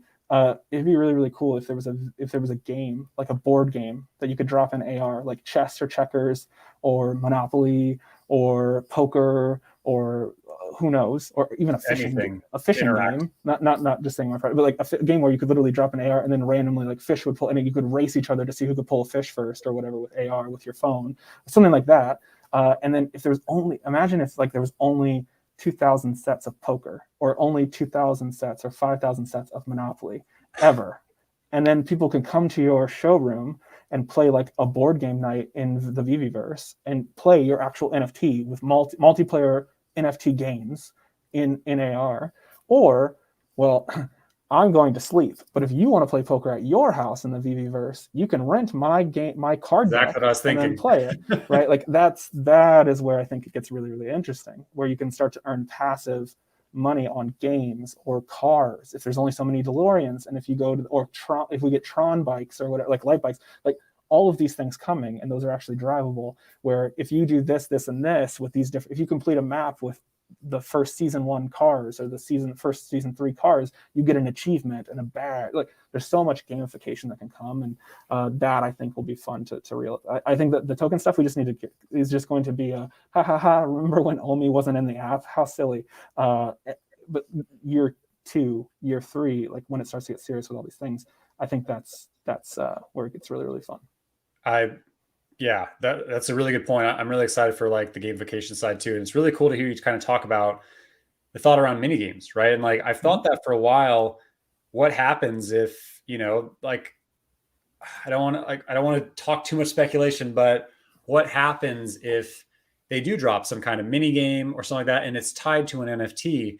Now, if there's only 15,000 of them, like checkers or Monopoly, like you said, then only so many people can play them once the VeveVerse comes or whatever, however you want to lay it out, period. Even in the app, maybe they create some kind of functionality there. However, what happens if you can bet OMI? What happens if you can bet collectibles? What happens if you can really like make it kind of like, an underground vault casino, and only so many people can actually do that. Only so many people would have the keys to that casino to play it. However, what happens if, like you said, you're going to sleep and someone else wants to get in and like run their own little poker table, whatever, they would then rent that from you. And like that's the piece I think a lot of people think like, well, who would, like I've heard a lot of people say, who would rent my collectibles? They don't want to rent, necessarily your Mermacorno, but there are collectibles that some would want to rent, whether it's to flex, whether it's for utility, whether it's for usability. And there's a lot that we haven't seen yet that could be rented. And there's a lot of things that haven't been turned on yet. So I definitely think that's a really good point. And I always think like, I'm very much looking towards the VeveVerse and localization, but I like that you brought up the gamification side because there's so much yet to see that, we could be here all day and talk about what's on the roadmap. But yeah, good points. And I saw some Fish folks in here. I'm most excited for the Fish game. So you created Fishes, and for those who don't know, let me see if I can share my screen here just to kind of give a shout out to the Fishes project, because I am a Fish holder as well. Well, what happened to my screen here? It's very dark and gloomy. Hold on. So for those who don't know, Brock is very early investor in Ecomi Vivi. He created his own project called Fishes, and it's an NFT project. It's awesome. It's very fun. There's a lot of us who hold them, and he's been doing constant airdrops, constantly rewarding us for supporting him in the project. I don't think I've ever seen another NFT project that has this many airdrops. So, shout out to... It's also not just airdrops where it's like you get a picture of a thing or whatever the case may be. Like the airdrops all have utility. Like basically, I just want to say like, what if I could just maximize the utility? So if you buy at least one fish, and now I've turned on just like last week, portals. So even if you only had one fish, you can enable portals and let fish from other tanks come through the portal into your tank. And so then you can have more fish than even that you've paid for. Your fish can then also travel into other people's tanks. Hopefully it's just fish that have come through. That it'd be really weird if other stuff started coming in. That'd be crazy. But yeah. So what is your goal with the project then, right? Because like, I like that you're rewarding us as users, but what is, I guess, the broader goal with fishes? Like what else is coming? Yeah. And what do you plan to kind of like do with it long term? So the whole thing was like, what if I could make people feel something for their NFT? And so I've secretly been trying to make people fall in love with their fish for the last 2 months. And part of that's through like being able to create your own tank or, and you can customize. So what you're looking at now is, there's at least like 3 or 4 airdrops in that. Also, you've got the special, you must have a crypto crayon because you can, that crayon pack there is a nod to Crypto Crayon's Broken Crayons project. But yeah, your fish, as soon as you buy them, you can drop them in a tank. You can create multiple tanks, as many as you want. And then from there, you can add different accessories. The airdrops, last month, we gave the cleaning robot that you've got and the sucker fish. Your fish can then send you emails, which are like randomly generated, like these fish just send emails, and that kind of slowly unfolds the story that's going on through this. It's almost like a pick your adventure, I've noticed. Yeah, and sometimes the fish will ask you a question, and based on your responses, different things happen. So yeah, that's pretty cool.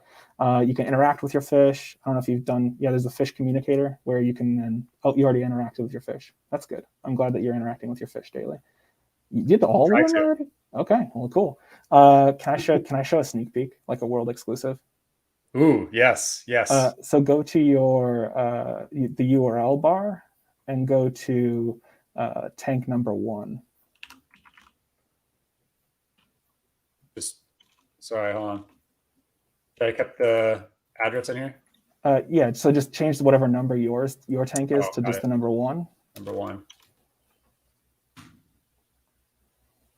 And there's a secret sneak peek at the airdrop for this, one of the airdrops for this month. Each month it's like 3 things. So there's a DJ Octopus. Wait, do you hear what he's playing? There's no. Oh snap! I was gonna say I didn't turn it on yet, but you must have hacked it. So yeah, I just keep trying to push on what I'm able to provide. And so every month you get an airdrop, 1 per fish, and it's usually like 3 options. This month I'm doubling it up, so 1 fish will equal 2 airdrops. And so yeah, you can get ultra rare stuff. You can buy their NFTs, so you can sell them if you got something that you got doubles of or whatever.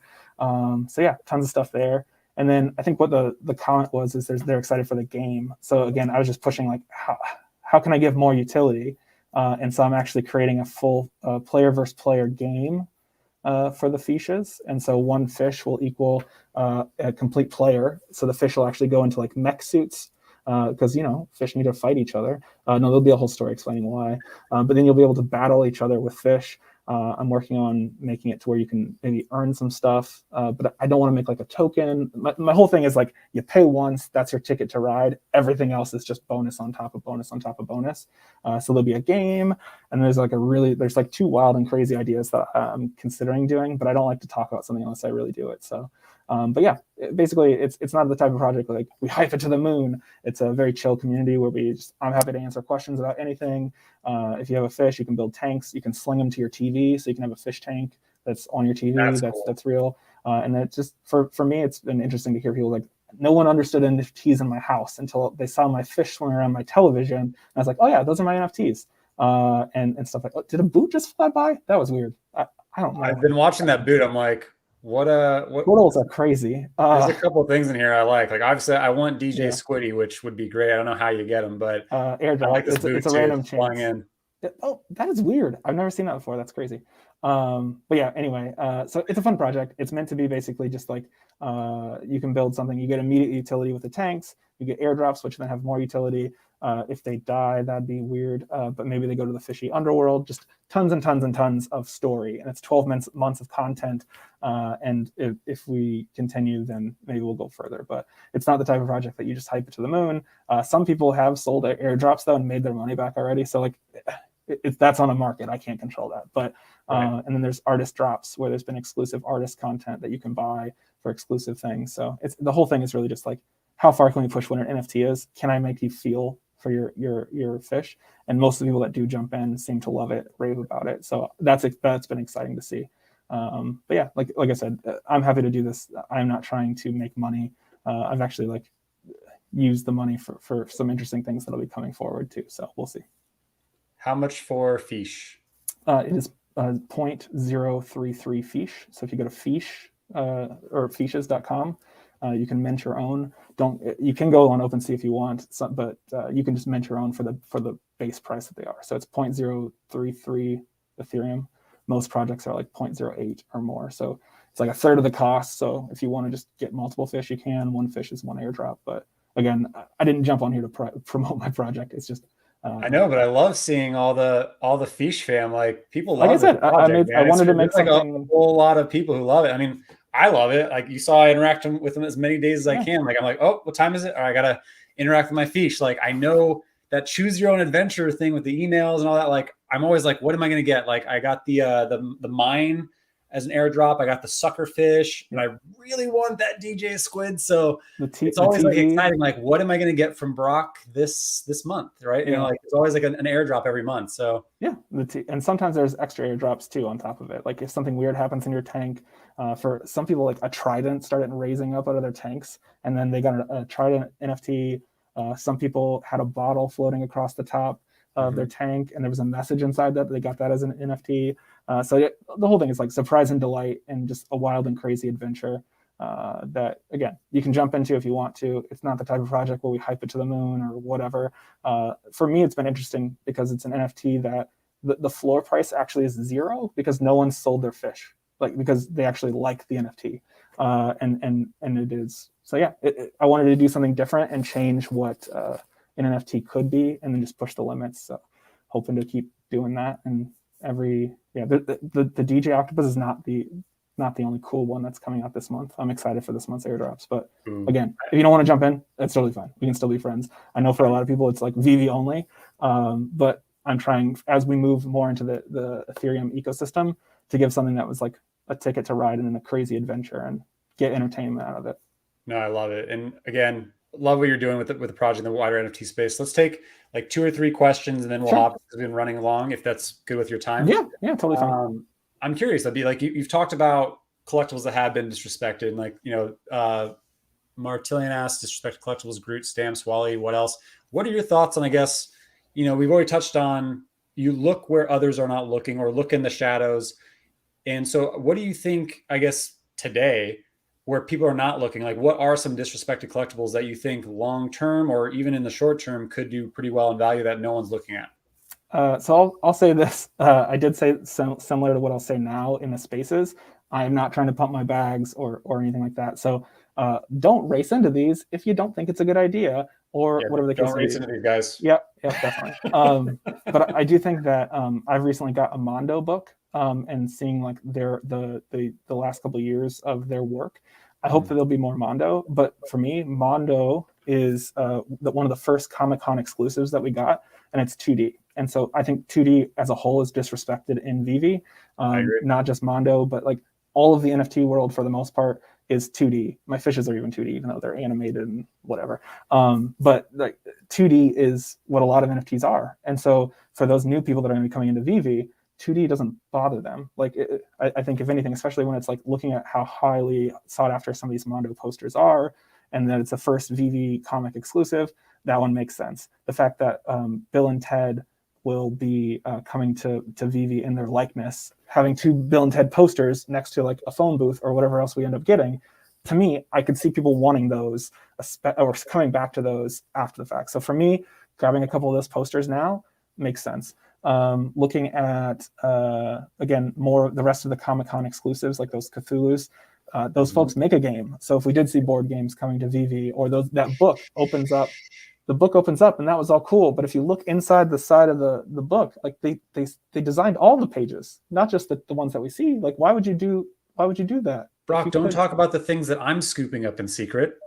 These are things in the app that anyone can find out. I'm not like giving secrets. So I think that's good. The decon stuff is, and this is a balance, right? Like those are some of the rarest, most unique pieces, but do they have major IP connected to them? If someone's coming into the app as like a mainstream user, are they going to navigate to decon stuff, or are they going to go after a Deadpool or whatever the case may be? Like, I think that is something to consider. but the decons do have the most rare stuff. And in the future, if I want to come in and I'm some crazy celebrity, or I'm just an art collector or whatever, those pieces may be unique inside my showroom. So that's a way that I can flex or show up or have original content or have things that I can rent out later to someone that does want those things, but they can't afford them because they've been priced out. So that's interesting to me. The Dragon Girls. So most people talk about First and Vivi. The Dragon Girls were actually the final drop of season 1. And while everyone is focused right now on the Batmans, there's still gems inside season 1. The Dragon Girls are relatively inexpensive, and I think they're make really, really good. Again, my brain is kind of focusing on like, collect now what I like, collect what I think can be done, but what are people going to like crave later? And I think walking in and seeing 2 Dragon Girls like as centerpieces for like a showroom or whatever the case may be, I think that that's going to be huge. So those, even some of the uncommon and the common ones look really, really good. I'm sure that most people want the gold and silver kind of thing, or the all silver, but those I think could be huge. I'm trying to think if there's anything else. Again, if vehicles get turned on, you'll see skateboards and cars pop. So all vehicles, that's a lot. I'm careful though when someone's like, you know what's being disrespected, and then they list like stuff that they've gone heavy into. So again, with these things, like just be careful, do what you want to do, and see if you agree with the disrespect, because not every opportunity is for you.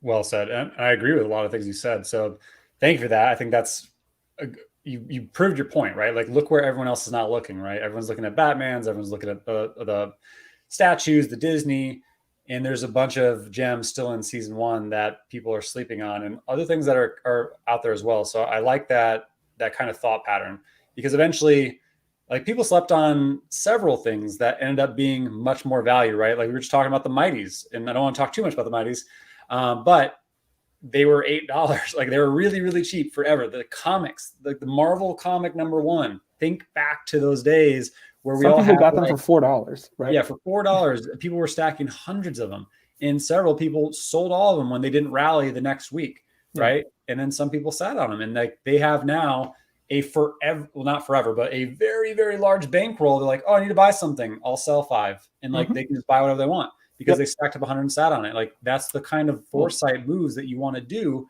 and just think ahead. Along those same lines, I'll say that, like, I think stamps and comics are really, really interesting to me right now. So I've been buying both, because if season 1, like the Batmans and everything else that came with season 1, are out of price for you, the comics, we're still in season 1 of comics, like until the new season starts within Vivi. That is the first season that comics have ever been in Vivi. So this is technically season 1 comics, and stamps are in a similar spot. And there's not a ton of stamps. Comics we get a lot more of, but I still think those stamps in season 1, the pains I'm not sure on, we'll see. But the stamps themselves, I do think they're really, really great. The pains, I don't know, they're cool, but I want to. The price point is weird for me, and so I'm still kind of wrestling in my brain of like how much I really realistically would want to pay for a Pain, versus like, do I go for the Pain secret rare, or do I just go heavy into the rare stamp of that one, and then like as the stamp climbs, then I get like, so what's the better trade off there? I don't know. But yeah, so those are things that to consider. Is like, if you're really after first, this is the first season for comics. And so I've made it very public, so I'm not pumping that. I grab at least 10 of every single comic that comes out, because I wish I could have had 10 Todds or 10 Risos or 10 Harley Quinn FAs, like, right? So we kind of are getting to relive that moment. Like, when people say, oh, I wish I would have been as early as you, like, I didn't know what I didn't know back then either. Like, I started to figure out, and I probably figured it out faster than some others, because I was like, oh my gosh, I watched the Todds just go from 5,000 inventory to 0. And I was like, oh crap, like now the game is different. So these comics, like, I don't know, I jokingly bought like over 100 of one comic. I'm not trying to like sell it or dump it on people, but it went from, I bought it at like under 20 for all of them. It went in the last like bull run that we just saw, like it was over 50. So even the thing I bought as a joke, saying like, this is the worst investment I could do, like I just did it for laughs, like it more than doubled if I wanted to unload them all. So like, not saying you can't lose, but and be strategic, and not that everyone has the ability to buy 10 of everything. But these comics, like a lot of us are looking at, what does the physical do? I want to buy the thing that mirrors the physical, but like, this is a new chance for new collectors to to come in and have access to these things. Like I couldn't have been around when this comic was. So the digital has a chance to actually define what the new kings are for some of these things. And so that those kinds of thoughts are interesting to me. But yeah, this is the first season of comics, so like they're all kind of good because they're the first ones that were ever available. I didn't even consider that there might be seasons to comics or stamps or anything like that, but that's a really good point. Yeah, so thank you for that. I think this is an interesting question. Will the switch to immutable result in an influx of ETH in the VV market? So the question basically is asking, what do you think is going to happen with the broader being open to the broader NFT space, having other forms of payment for VV collectibles coming in? I think it's interesting. I think once you open up the interoperability to where I can go from VV and basically like export my collectible into something that I can put on like an Ethereum network. Yeah, that's interesting. Or maybe it'll always be IMX. That would be interesting as well. Like where on IMX I could buy with either their token, OMI, or Ethereum. Yeah, it's interesting. But I do think that if anything, it's going to probably be the reverse, where people that are heavy in other cryptocurrencies are actually coming in to grab from VV, because that drop, the secondary market and all of that stuff, being able to like whale up, like, so for example, those skateboards I mentioned, there's only like 250 of them, and then VV took their share. So they're actually like very, very close, I think, to the Donnies, but the price is way low. So if the Donnie's worth 100K plus and the skateboards are at 4K, I think there's an opportunity there. For example, I'm just describing a situation, not saying like go do whatever. But if I am really, really heavy in Ethereum, I could jump in, get my way in to get funds really, really fast, chomp that market, and then when it climbs because everyone freaks out and it actually like the true value starts to come out for some of these like limited pieces, I could sell like one or two back into the hype, be completely de-risked, and now I'm sitting on 10 plus of them, right? Like those are the whale games that I think we've yet to see, because it's a closed ecosystem. As much as people like to throw out like, oh, it's a closed ecosystem, the value's not real, blah blah blah. I think the value is real for the most of them. Maybe there's a correction or whatever, as we already talked about. But the flip side is, because there's the value, I can take my gains from somewhere else, bring them in, play crazy silly games, and then amplify myself, and then slowly sell one a month at the new floor that's closer to its true value, and now take my money back to something else and continue. Like I do think that there's going to be these interesting things that we've yet to see, and it's actually the reverse of what happens when big value not leaves, but big value comes in. Yeah, I completely agree. I mean, for me to load up fiat, I just don't do a lot of it, right? Like I either have liquidity that I have in the app, but if you enable me to spend Ethereum or crypto, or to turn other crypto into Ethereum to buy collectibles, that's pretty much 70%, or I guess not 70%, but like a large portion of my entire wealth that is now enabled to go into VV that wasn't before. Because I only have, I think, like 5%, maybe 8% of my total funds of my net worth in fiat, right? So, and I only have so much that I want to flip for gems.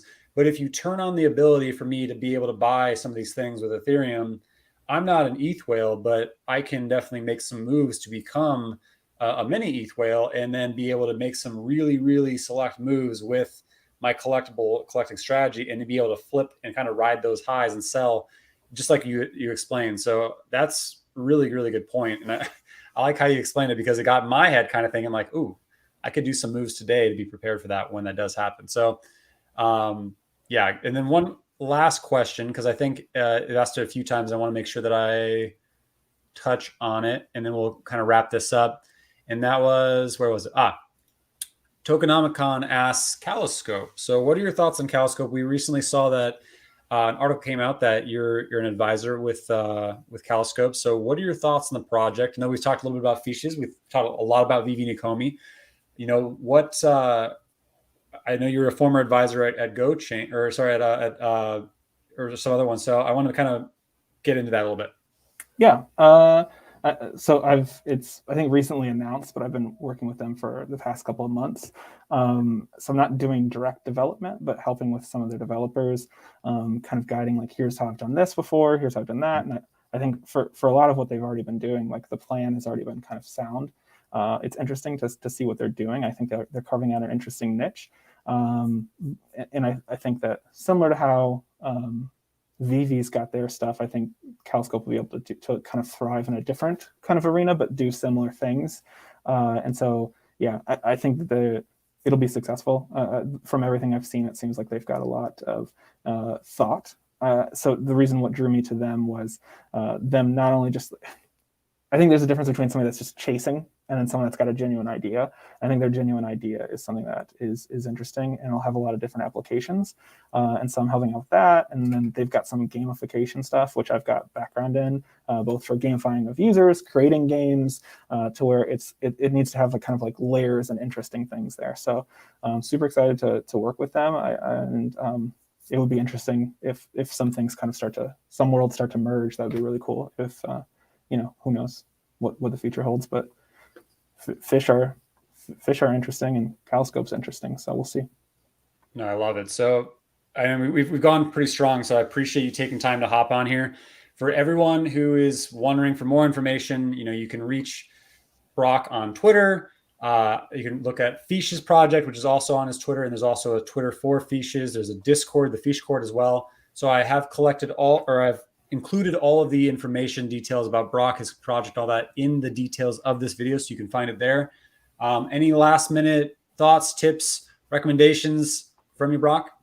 I feel like that would open another can of worms. Just thanks for having me on as always. I've enjoyed myself. I hope that the community sees value in these. And if there's feedback for, every time they talk, it's so interesting, but they never talk about this. Like, I'm willing to do this again. So just let's take the feedback. And again, fiches are there. It's not the type of like hype and you got to hurry. So if you want to take into it, usually on the 15th is the cutoff for the airdrop. And so if you're on the fence, try and jump in before the 15th, because that's how you'll get the airdrop for the current month. Otherwise, you'll have to wait a month. But yeah, and again, if you've got questions about that or if you're curious about anything, I try my best to make myself available and try and support people that are doing interesting stuff in the space. Even though it doesn't feel like it, Veve is only kind of like live from the app perspective, like beyond it, just beyond a year. It's still super, super early. And so there's a lot to not only grow from here, but there's also a lot to kind of like grow within ourselves. So educate yourself and do your best to try and learn and ask questions. There's enough people out there trying to help. And yeah, don't chase. Don't chase. Awesome. Well, thank you all who hopped in to kind of hear some of the strategies. There's a lot of knowledge dropped from Brock, and thank you all for taking time to, hop on and ask questions. Thanks, Brock, for again hopping on and running through this. And I can't wait to see more that's happening with you, but also to have you back on the next couple of months. And I'm sure we'll have more to talk about then. But thanks again for hopping on and just dropping some knowledge for everyone. Cool. Yeah, my pleasure. Thanks, everybody. All right, let's dance it out. You ready?